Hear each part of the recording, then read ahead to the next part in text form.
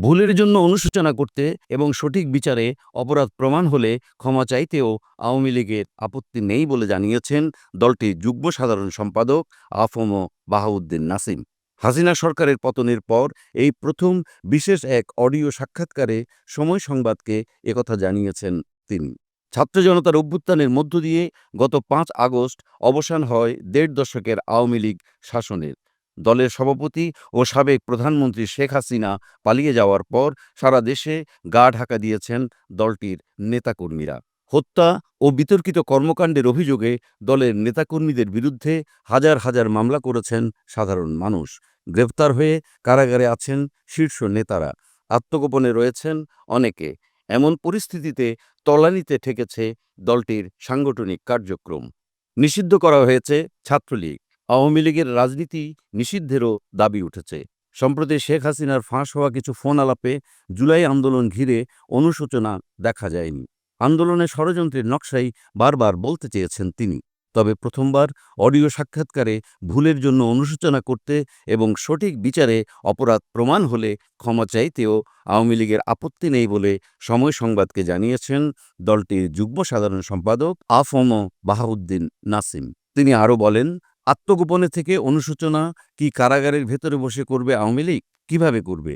ভুলগুলো প্রকাশ করেই আমরা জাতির কাছে শুধরানোর পথ দেখাব। আমাদের পরিকল্পনা এখন তেমন। প্রকৃতপক্ষেই আমরা যদি ভুল করে থাকি বা অন্যায় করে থাকি, সেই অন্যায়ের জন্য জাতির কাছে ক্ষমা চাইতে আমাদের কোনো আপত্তি নেই, অথবা ক্ষমা চাইব না, এ ধরনের গোঁড়ামি আমাদের কাজ করে না। এই মানসিকতার দল আওয়ামী লীগ নয়, বলেন নাসিম।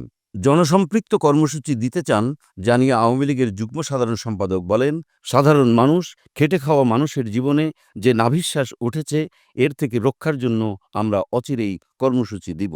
গণতন্ত্রের স্বার্থেই মানুষের এবং তরুণ প্রজন্ম ও আগামী প্রজন্মের যে চাহিদা ও প্রত্যাশা পূরণের জন্য সময়ের চাহিদা, বাস্তবতার চাহিদা মিলিয়েই দলকে পরিচালনা করব।